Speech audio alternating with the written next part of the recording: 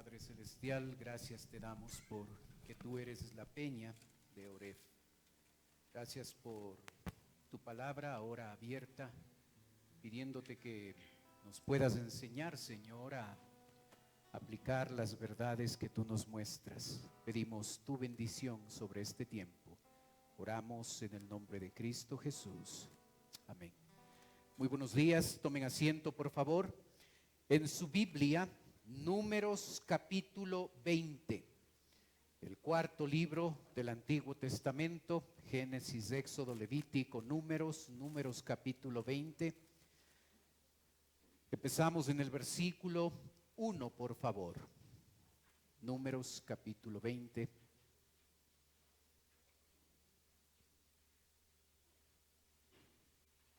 Versículo 1. En la pantalla usted puede observar una cita de Efesios 4, donde dice: airaos, pero no pequéis. No se ponga el sol sobre vuestro enojo, ni deis lugar al diablo.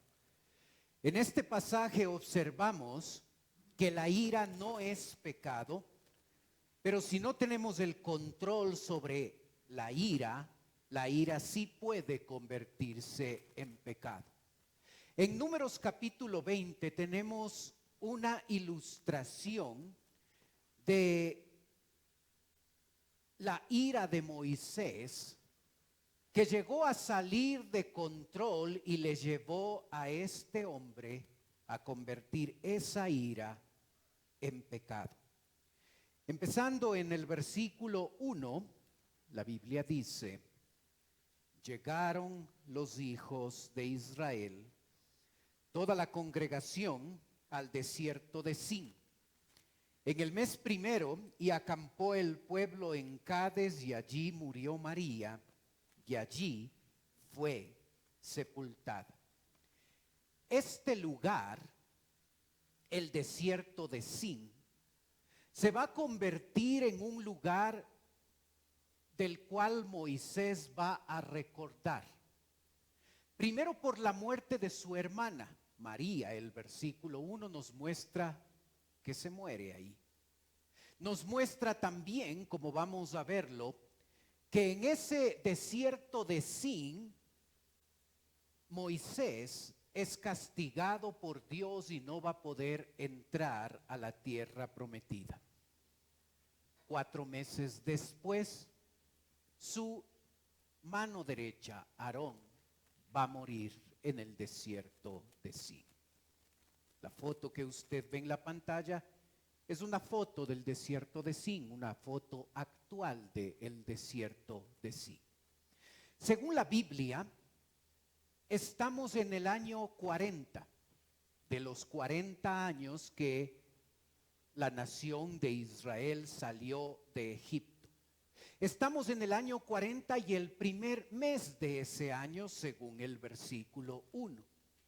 Así es que ha pasado tiempo desde la salida de Egipto. Es interesante que el desierto de Sin es el límite sur de la tierra prometida. Están cerca en cuanto a distancia y en cuanto a tiempo de entrar a la tierra prometida. También debemos recordar que Éxodo capítulo 17 llega a relatar un momento de la historia al principio, cuando salen de Egipto, donde el pueblo llega a reaccionar con rebeldía porque les falta el agua. A esa historia se la conoce como las aguas de Meriba. Las aguas, Meriba significa rencilla. Las aguas de la rencilla, de la pelea, donde al principio, cuando la nación sale de Egipto, no tiene agua y se rebelan contra Dios. Casi 40 años después, Números 20 nos muestra que por segunda vez van a tener un problema de escasez de agua y otra vez la nación de Israel va a rebelarse contra Dios porque no tiene agua. Pensaríamos nosotros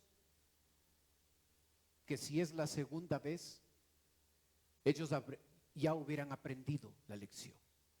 Pensaríamos que después de casi 40 años que han visto la mano de Dios cuidándoles y protegiéndoles cada día durante esos 40 años en el desierto, esta nación habría aprendido a confiar y a depender de Dios. Pero nuevamente les vemos rebelándose contra Dios porque les falta agua. El verso 1 registra un lugar específico en el desierto de Zin, Cades, la ciudad. Cades era un oasis. No era la primera vez que Israel había llegado allá. Iban allá porque era un oasis. Pero es interesante que ese oasis esta vez no tiene agua. ¿Le ha pasado a usted que experimenta circunstancias difíciles en su vida y en vez de confiar en la fidelidad de Dios demostrada en nuestra vida semanas y años antes, en vez de reaccionar con fe y confianza, se presenta otra prueba y en vez de hacerlo reaccionar de manera correcta, volvemos a reaccionar con desconfianza, con rebeldía y con falta de fe? 40 años experimentando el poder de Dios y la nación de Israel todavía no aprendía la lección. Más bien, el pueblo reacciona con rebeldía. Versículo 2. Y porque no había agua para la congregación, se juntaron contra Moisés y Aarón. Esa palabra contra es traducida en otras versiones de la Biblia con palabras como rebelarse, amotinarse y protestar. No es simplemente un comentario de la nación de Israel en contra de Moisés que le reclaman de manera tranquila el hecho de que no exista agua. Ellos se rebelan, se amotinan y protestan fuertemente porque no existe agua y ellos responsabilizan a Moisés porque no hay agua. Las aguas de Meriba, la segunda vez. Es tal la rebeldía que esta gente dice: hubiéramos preferido morir con nuestros hermanos. Observe verso 3. Y habló el pueblo contra Moisés diciendo: ojalá hubiéramos muerto cuando perecieron nuestros hermanos delante de Jehová. ¿De qué hermanos y de qué muerte está hablando? La historia, la rebelión de Coré, como se la llama, está registrada en Números 16, versículo 31, donde un grupo de personas lideradas por un hombre llamado Coré llega a oponerse al liderazgo de Moisés, y Dios, para avalar el liderazgo de Moisés, abre la tierra literalmente y la tierra le traga a Coré y a estos hermanos rebeldes. ¿Observas lo que dicen ellos? Hubiéramos preferido morir con estos pecadores que se rebelaron contra Dios y Dios les castigó, que venir a este lugar donde tú, Moisés, nos trajiste. Hermano, debemos tener mucho cuidado, porque las circunstancias negativas en nuestra vida pueden superarnos y pueden llegar a hacernos hablar como en circunstancias correctas, donde no hay problemas, probablemente no hablaríamos así. Qué tremendo que gente, que el pueblo de Dios prefiera, porque no tiene agua, prefiera morir y ser identificado con pecadores que murieron, que fueron castigados por Dios porque se rebelaron contra Él. No queda ahí el enojo de este pueblo, versos 4 y 5. ¿Por qué hiciste venir a la congregación de Jehová a este desierto? Para que muramos aquí nosotros y nuestras bestias. ¿Y por qué nos has hecho subir de Egipto para traernos a este mal lugar? No es lugar de sementera, de higueras, de viñas, ni de granadas, ni aún de agua para beber. No pierda la idea de la referencia a la sementera, la higuera, las viñas y las granadas, porque el pueblo está pensando en su vida allá en Egipto. Es decir, el pueblo experimenta una circunstancia difícil, la falta de agua, y lo que ellos están diciendo: hubiéramos preferido permanecer en Egipto. ¿Para qué nos sacaste de Egipto? ¿Para qué nos sacaste para llevarnos, para traernos a este mal lugar? ¿Ha dicho usted alguna vez? ¿Ha añorado usted alguna vez su vida pasada? ¿Su vida antes de conocer de Cristo? Eso es exactamente lo que el pueblo malagradecido está haciendo. Añoramos nuestra vida en Egipto. Recuerde que en Egipto ellos eran esclavos y su vida no era nada fácil, y ellos ahora dicen: quisiéramos no haber salido de la tierra de Egipto. Cuánta ingratitud hay en el corazón de la nación de Israel. En estas circunstancias difíciles, Moisés y Aarón van a reaccionar ante la rebeldía del pueblo. El verso 6 registra su reacción. Y se fueron Moisés y Aarón de delante de la congregación a la puerta del tabernáculo de reunión, y se postraron sobre sus rostros. Y la gloria de Jehová apareció sobre ellos. ¿Observa dónde fueron? Fueron al tabernáculo de reunión. Usted ve una foto del tabernáculo, una tienda donde se realizaba el sacrificio, y en esa tienda de rojo está dividido el lugar santo y el lugar santísimo, y el lugar santísimo donde está la presencia de Dios. Cuando el pueblo de Israel reacciona en rebeldía, Aarón y Moisés llegan a reaccionar como deberíamos nosotros reaccionar ante los problemas: postrarnos ante Dios y clamarle a Él. ¿Cómo reacciona usted ante los problemas? ¿Como la nación de Israel? ¿Con rebeldía, desconfianza, falta de fe, críticas? ¿O como Moisés y Aarón, que buscan postrados la presencia de Dios para que Él les ayude? Moisés y Aarón reaccionaron muy bien ante esta circunstancia difícil. En ese escenario, la gloria de Dios se hizo presente. Y Dios respondió a estos dos líderes y les dijo, versículos 7 y 8. Y habló Jehová a Moisés diciendo, toma la vara y reúne la congregación, tú y Aarón, tu hermano, y hablad a la peña a vista de ellos.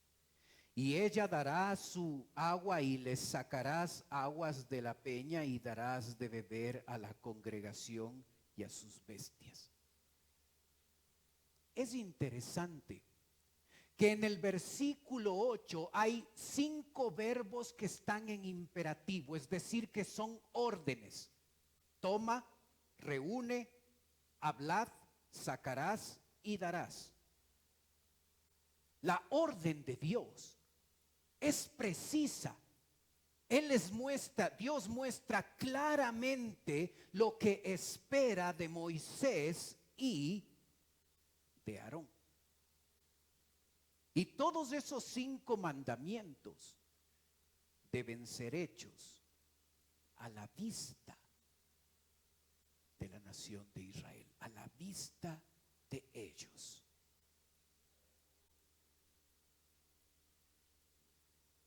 ¿Cómo responde Moisés a la instrucción precisa y clara que Dios les da? Observe, versículo 9. Entonces Moisés tomó la vara de Jehová como él le mandó.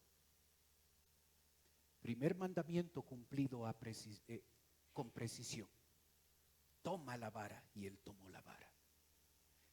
10. Y reunieron Moisés y Aarón a la congregación delante de la peña. Reúne al pueblo. Segundo mandamiento cumplido a precisión. Y de ahí es cuesta abajo. Observa. Versículo 10. Y reunieron Moisés y Aarón a la congregación delante de la peña. Y les dijo, oíd ahora, rebeldes, os hemos de hacer salir aguas de esta peña. Entonces alzó Moisés su mano y golpeó la peña con su vara 2 veces, y salieron aguas, y bebió la congregación y sus bestias. Observa. Observa cómo reaccionó Moisés. Dios le dijo, habla a la peña y la peña dará abundancia de agua para la congregación y para sus bestias. ¿Qué hizo Moisés? Expresó su ira de 2 formas. Primero, con su hablar. Oíd ahora, rebeldes. Rebeldes, palabra que significa desafiadores de la autoridad. Expresó su ira a través de su hablar. Y luego expresó su ira a través de su actuar. Cogió la vara y golpeó 2 veces la peña.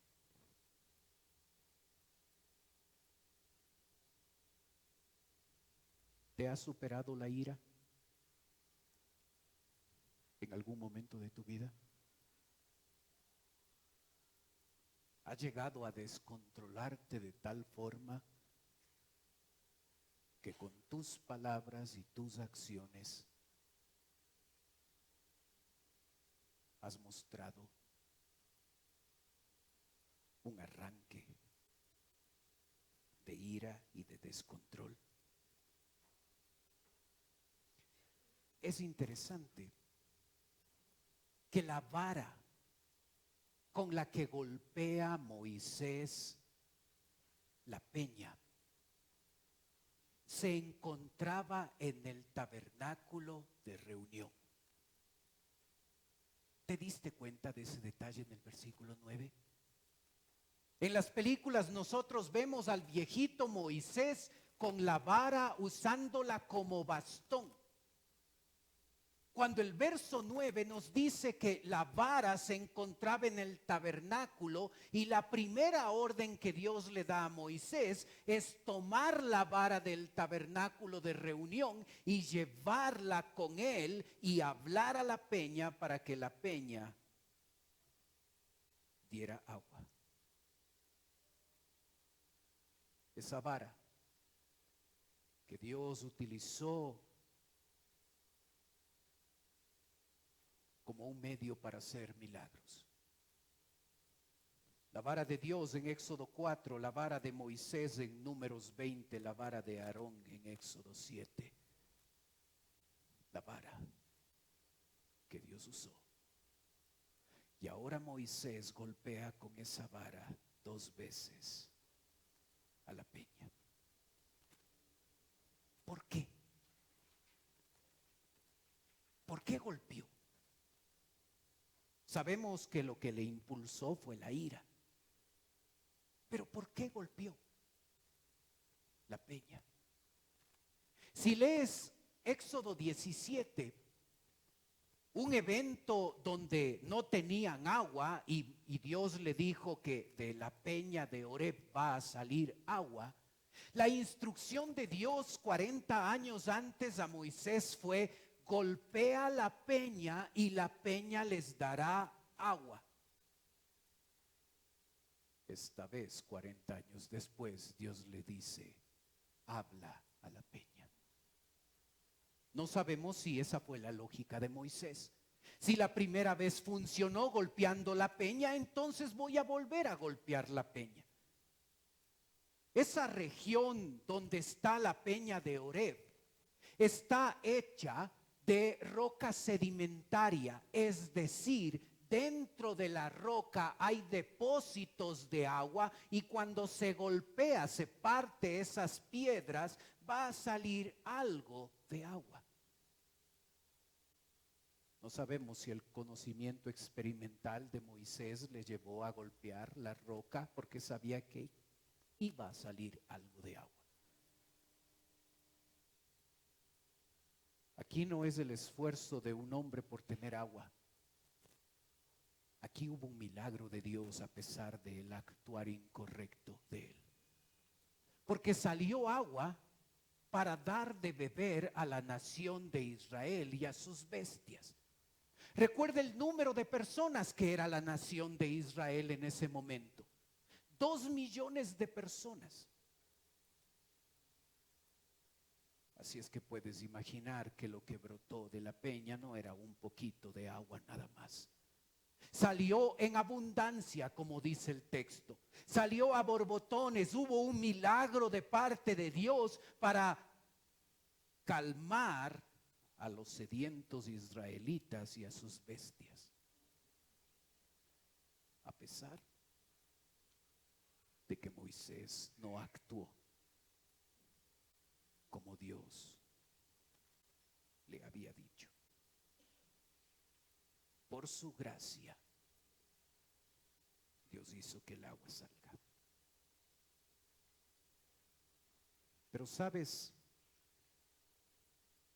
hay un concepto que no debemos olvidar, expresado por el apóstol Pablo, obsérvalo en la pantalla. Y todos bebieron la misma bebida espiritual, porque bebían de la roca espiritual que los seguía y la roca era Cristo. Este versículo de 1 Corintios 10:4 es una cita indirecta, pero intencional del apóstol Pablo para referirse a nuestro versículo 11 de Números 20. Cristo es la peña de Oreb. Así es que la lección no solo es una lección donde la nación de Israel iba a tener agua física para calmar su sed. Estaba hablando de agua espiritual, de que esa peña de Oreb simbolizaba a la propia persona del Señor Jesucristo. ¿Observas? Y porque Moisés no actuó bien, no actuó en obediencia a Dios, Dios le castigó por ese arranque de ira. Versículo 12, el castigo. Y Jehová dijo a Moisés y a Aarón: por cuanto no creíste en mí para santificarme delante de los hijos de Israel, por tanto, no meteréis esta congregación en la tierra que les he dado. ¿Observas? Dos razones registra el texto de por qué Moisés y Aarón fueron castigados. Se registra claramente un momento de incredulidad por parte de Aarón y Moisés. Moisés no le creyó a Dios. No creyó que era suficiente hablar a la peña y que de la peña iba a salir agua abundante. Y lo segundo que no hizo es santificar a Dios en presencia de la nación de Israel. 2 millones de personas alrededor de la peña. Y si Moisés hablaba a la peña y salía milagrosamente un montón de agua para dar a toda esa gente, la gente hubiera concluido que se trataba inequívocamente de un milagro de Dios. Y a él le hubieran dado la gloria y la honra. En cambio, vieron a un viejito lleno de ira tomar un palo,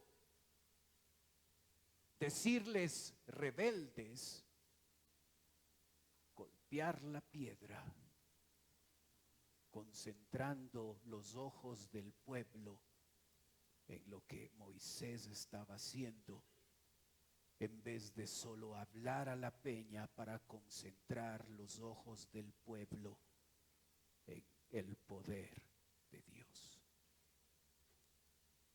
Moisés le robó la gloria a Dios. Tuvo una oportunidad para mostrar la grandeza y el poder de Dios. Y en vez de eso, enfocó la mirada del pueblo en ese arranque de ira que le llevó a hablar de más y le llevó a golpear la peña.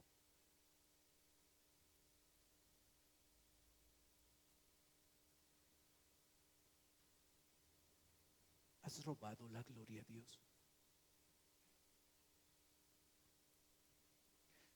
Donde nos atribuimos cosas que nosotros hacemos, cuando el que lo hace es Dios. Eso es robar la gloria.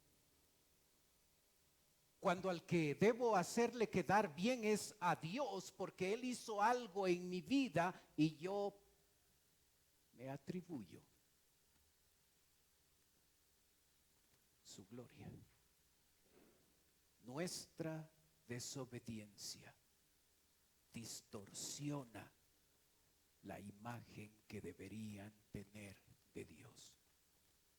Cuando desobedezco, como Moisés lo hizo en un arranque de ira, no le muestro a la gente la imagen que deberían tener de Dios, más bien le hago quedar muy mal.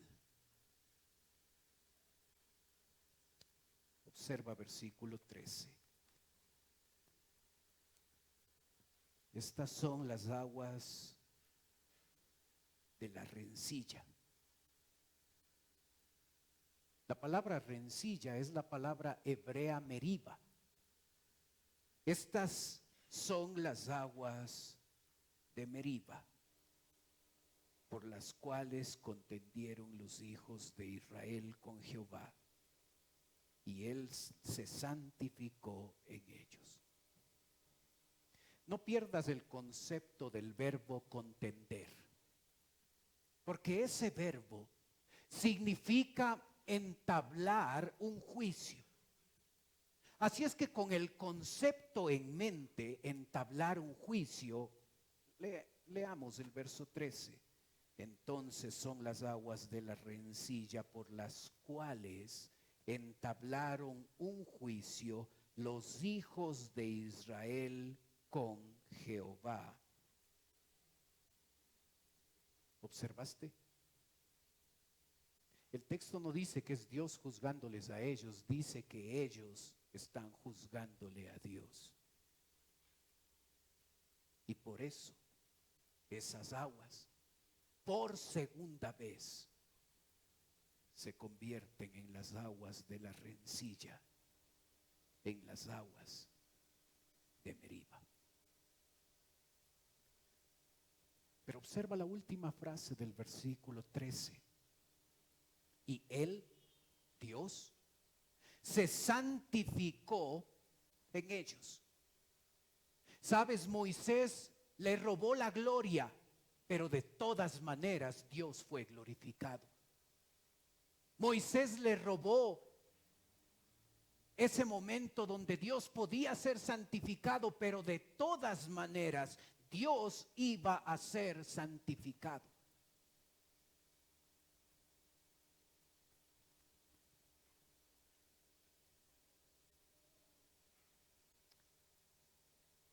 Puedes observar una cita en el Salmo 106.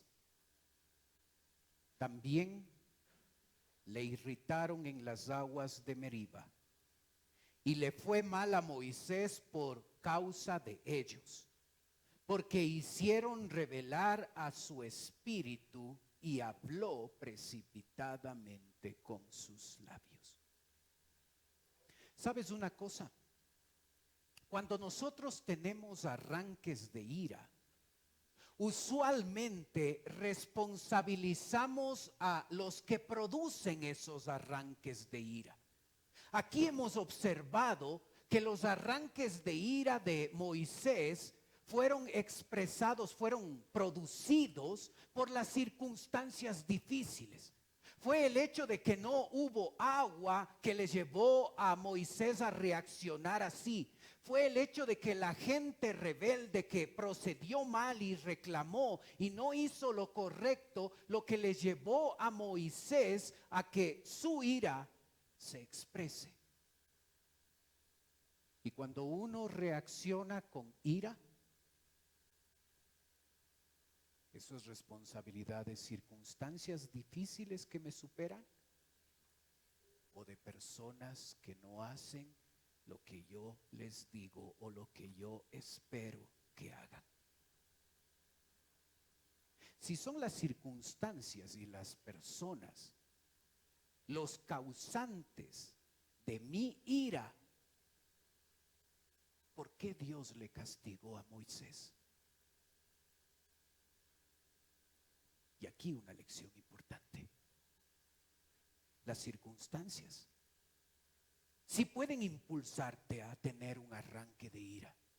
Las personas sí pueden impulsarte a tener un arranque de ira, pero somos nosotros los únicos responsables de expresar o no ira. Así es que debemos aprender a dejar de responsabilizar a la gente y a las circunstancias difíciles de nuestra vida como si ellos son los culpables de nuestros arranques de ira, porque los únicos responsables de ese pecado somos nosotros. ¿Y con qué facilidad nosotros culpamos a otros, porque en ese momento estamos reaccionando con ira. Soy una persona muy olvidadiza. Si me pides algo y no me ves anotándolo, no lo voy a hacer. No por falta de voluntad, sino simplemente 5 minutos después ya me voy a haber olvidado. Así es que si me pides algo, mira que esté anotando, porque si no, no lo voy a hacer. Pero a pesar de ser muy olvidadizo, hay cosas que se han grabado en mi cabeza y a pesar de que han pasado los años, nunca las he olvidado. Una de esas cosas es ver a una mamá con un cenicero de vidrio en su mano, lanzando ese cenicero a la cabeza de su hijo, que estaba a 5 o 6 metros de distancia, y por pocos centímetros no golpear su cabeza. Estaba presente, no era mi mamá, no era yo, era otra mamá, otra persona. Yo llegué justo y experimenté y vi lo que pasaba.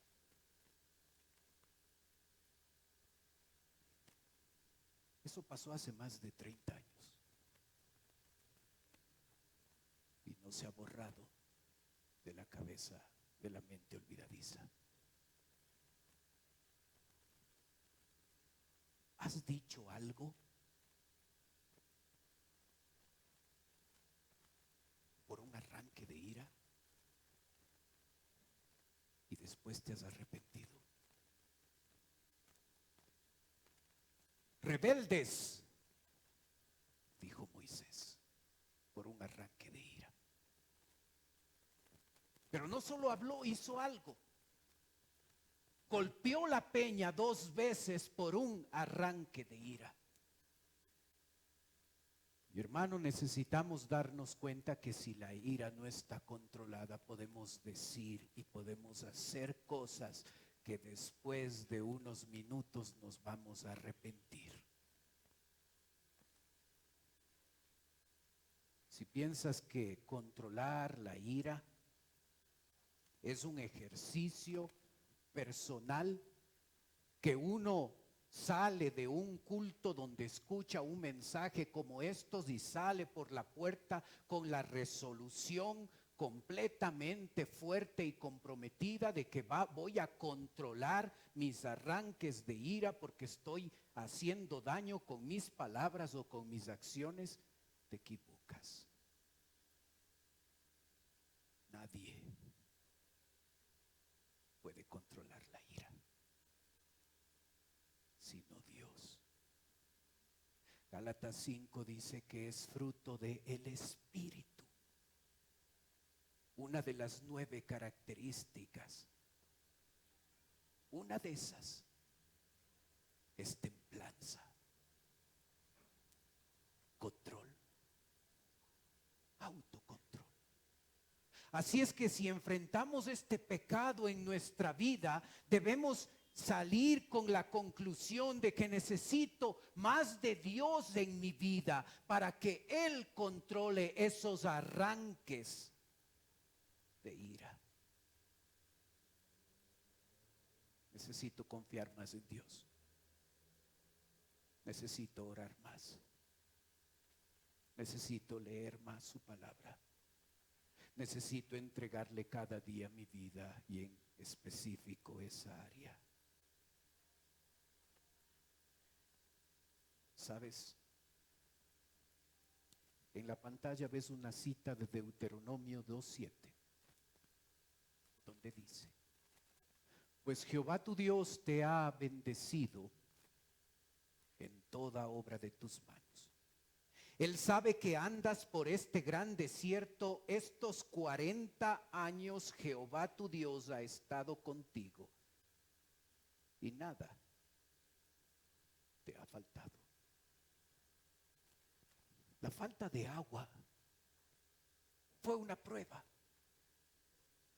Y después de 40 años, donde ellos cada día experimentaron que Dios estaba con ellos y que nunca les faltó nada, después de experimentar el cuidado y la protección de Dios en su vida durante 40 años, un día en Cádiz, en un oasis, no hay agua. Y en vez de reaccionar con confianza y con fe, se rebelan y se llevan también por delante a Moisés, quien reacciona con ira, expresando esa ira con sus palabras y con sus acciones, mostrando incredulidad. Y Dios le dice: no vas a entrar a la tierra prometida. No le des poca importancia a los arranques de ira. Podemos hacer cosas horribles cuando la ira no está controlada. Aristóteles dijo: la ira es un momento de locura. Y a veces podemos decir cosas y hacer cosas de las cuales nos arrepentimos. Necesitamos más de Dios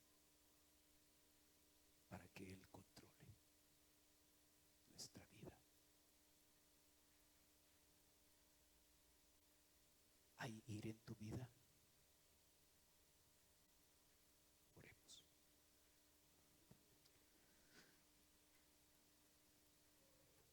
Padre Celestial,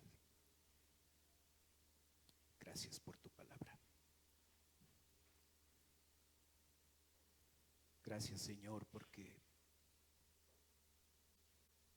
nos podemos identificar con Moisés. Ayúdanos, Señor, a entender que si queremos un cambio real en esta área de nuestra vida, necesitamos ver el fruto de tu Espíritu en nosotros.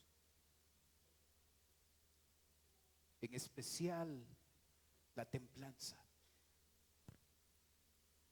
el autocontrol, el dominio propio. Ayúdanos, Señor, a no dar poca importancia a este pecado, a dejar de culpar a otros o a las circunstancias y responsabilizarnos delante de ti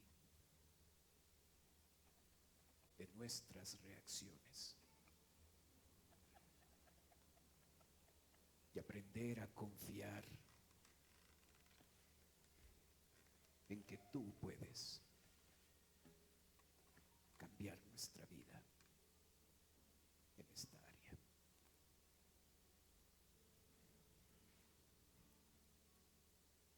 Mientras usted sigue orando, por favor. Puede ser que esta mañana nos está visitando alguien por primera vez. Y si ese es su caso, y usted quiere permitirnos orar por usted, usted puede levantar su mano. Con eso me está diciendo a mí, pastor, vengo por primera vez, ore por mí. ¿Hay alguien así esta mañana? Veo su mano, gracias. ¿Alguien más? Para la persona que nos visita, en un momento voy a orar por usted, como le dije. Quisiera ofrecerle algo más, totalmente voluntario, por favor, no se sienta presionado. Si usted desea, usted puede tomar sus cosas y puede pasar a la parte de abajo donde estoy yo. Si usted lo hace, una persona de nuestra iglesia se va a acercar y le va a llevar a otro lugar, y en un lugar privado esa persona va a conversar con usted. Así es que si desea darnos la oportunidad de orar y de conversar con usted, yo le pido que en este momento usted pueda pasar. Los demás tienen sus ojos cerrados para que no le dé recelo, no le dé vergüenza de pasar. Pero si desea hacerlo, venga en este momento, por favor.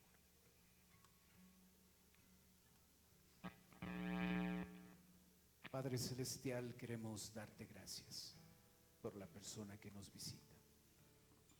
Señor, tú conoces mejor que nadie su vida y sus necesidades, y yo te ruego que conforme a tu voluntad tú puedas suplir. Te pido, Padre, por la necesidad de salvación. Si todavía no te conoce como Salvador, ruego que hoy sea el día. Te pido, Padre, por nosotros, tus hijos, renueva nuestra vida, Señor. No queremos ser iguales. Pon tu corazón en el lugar del nuestro, porque sabemos que todo lo que hay dentro de nosotros necesita más de ti, Señor. Pedimos tu bendición. Oramos en el nombre de Cristo.